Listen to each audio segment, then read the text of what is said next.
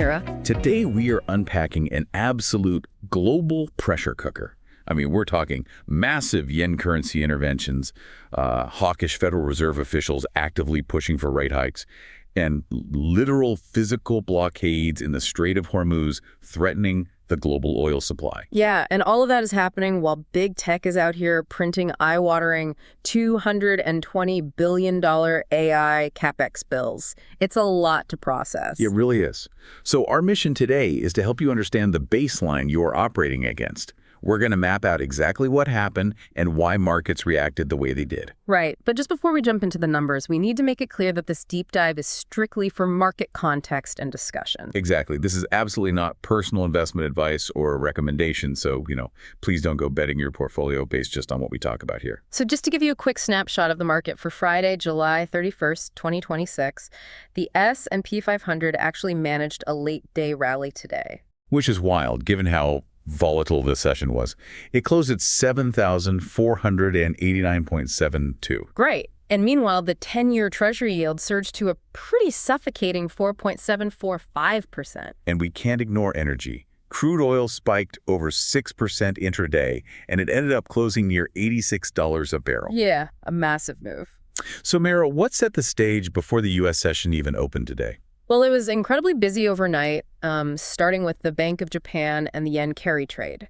So the BOJ officially held its short-term interest rate target at 1.0%. And that was an 8-to-1 vote, right? Yeah, exactly. But the real story was Governor Ueda's press conference.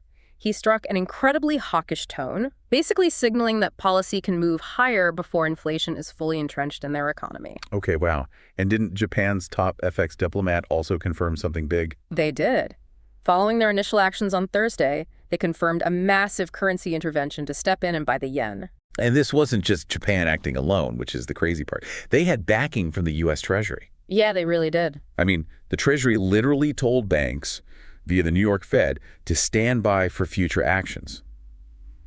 That implies a coordinated physical intervention. Right, it's huge. And this perfectly brings in the framework of the zero-rate carry trade acting as a global liquidity vacuum. For years, investors have borrowed cheap yen at zero rates to buy U.S. equities. Exactly. So if the yen suddenly strengthens because of these interventions, bam, that triggers a massive disorderly unwind of leverage globally. People get margin calls, they have to sell U.S. stocks, and it just sucks liquidity out of the market. It really does. And while Japan is threatening to suck liquidity out, just next door, China is desperately trying to pump it back in. Right, because of their manufacturing data. Yeah. China's official manufacturing PMI decelerated to 49.2 for July. So anything under 50 is contraction, and they just missed expectations entirely. So how did the PBOC respond to that? Well, in response, the People's Bank of China stepped in with aggressive liquidity. They injected 600 billion yuan via overnight reverse repos. Let me just pause on that. For listeners who don't watch the PBOC every day, a reverse repo is basically like a short-term pawn shop for banks. Right. That's a perfect way to describe it, yeah. The central bank buys securities with an agreement to sell them back the next day, immediately handing those banks 600 billion yuan in cash. It keeps the system from freezing up. Exactly. And that weakness out of China creates such a sharp contrast with the inflationary supply shocks we're seeing brew in the Middle East right now. Which brings us to the third big overnight factor. Just to remind you of Thursday's backdrop, we had U.S. airstrikes in Iran and Trump's announcement of a Gaza peace plan. But that peace optimism just completely evaporated before dawn on Friday. Yeah, it didn't last long. At 12:13 a.m. Eastern Time, Iranian drones struck a U.S. military base in Kuwait. And then it escalated further. At 5:20 a.m. Eastern Time, the Iranian Revolutionary Guard Corps physically blocked 2 oil tankers in the Strait of Hormuz, and they diverted 4 others. The market's reflex is always to treat these geopolitical spikes as like unpredictable natural disasters. Just a temporary storm to wait out. Right, like a hurricane or something. Exactly. But I really have to challenge that reflex. If we look at this through the lens of geopolitical escalation as game theory brinkmanship, this is a highly calculated throttling. It's totally deliberate. I mean, 20% of the world's oil transits that straight. Iran is playing a calculated game to maximize economic pressure. So we had a hawkish BOJ, a stalling China, and a blocked Strait of Hormuz all before breakfast. It's just a lot to digest. We're going to take a quick break, and when we come back, we'll dive into how these shockwaves actually moved markets during U.S. trading hours. Stay with us.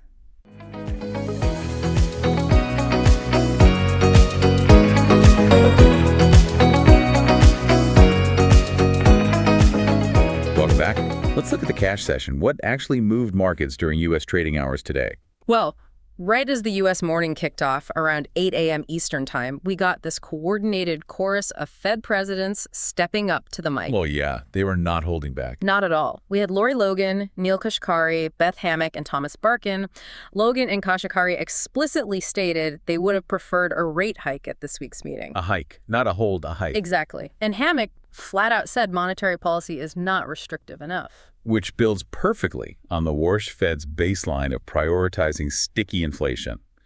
The Fed is looking at this resilient job market and then looking at the incoming supply shocks from tariffs and oil, and they are basically deciding they have no room to ease. Yeah, they're trapped. And this brings in the concept of risk-free yields as gravity-compressing equity multiples.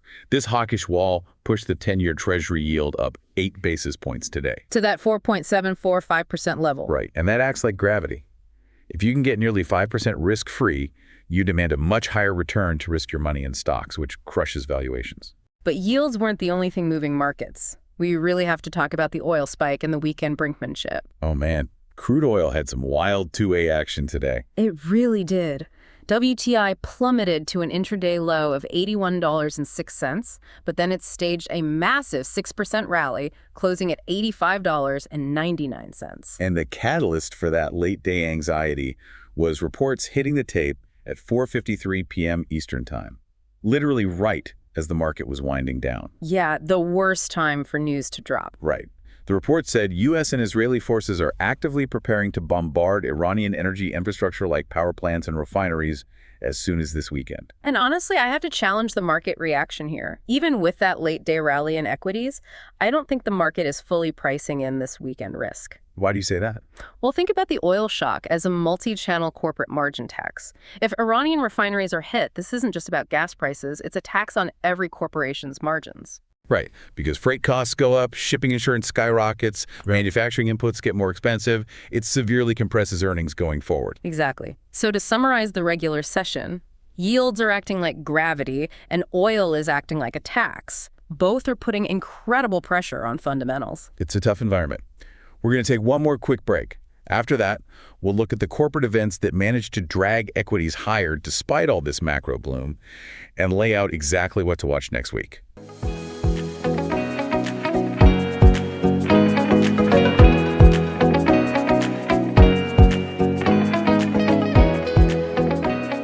All right, final regular session. What is the corporate events recap and what should we watch next? Well, we have to start with Amazon's CapEx bombshell. Thursday afternoon, after the close, they reported Q2 earnings. And the showstopper was their 2026 capital expenditure guidance. Yeah, a staggering $220 billion. Up from $200 billion, mostly driven by higher memory costs. And they even warned that capacity still won't meet demand. $220 billion. I mean, this is AI CapEx as a self-referential valuation loop in action. They're spending astronomical amounts, but the free cash flow conversion remains the massive elephant in the room. Right. And we just saw the dark side of that Thursday with the situational awareness hedge fund being forced to liquidate due to AI losses. Exactly. But Amazon wasn't the only big report. Apple also reported Thursday afternoon. Yeah, they projected 9 to 11% September quarter growth, driven by mid-teens iPhone sales. It sounds good. It does. But Tim Cook issued a really stark warning.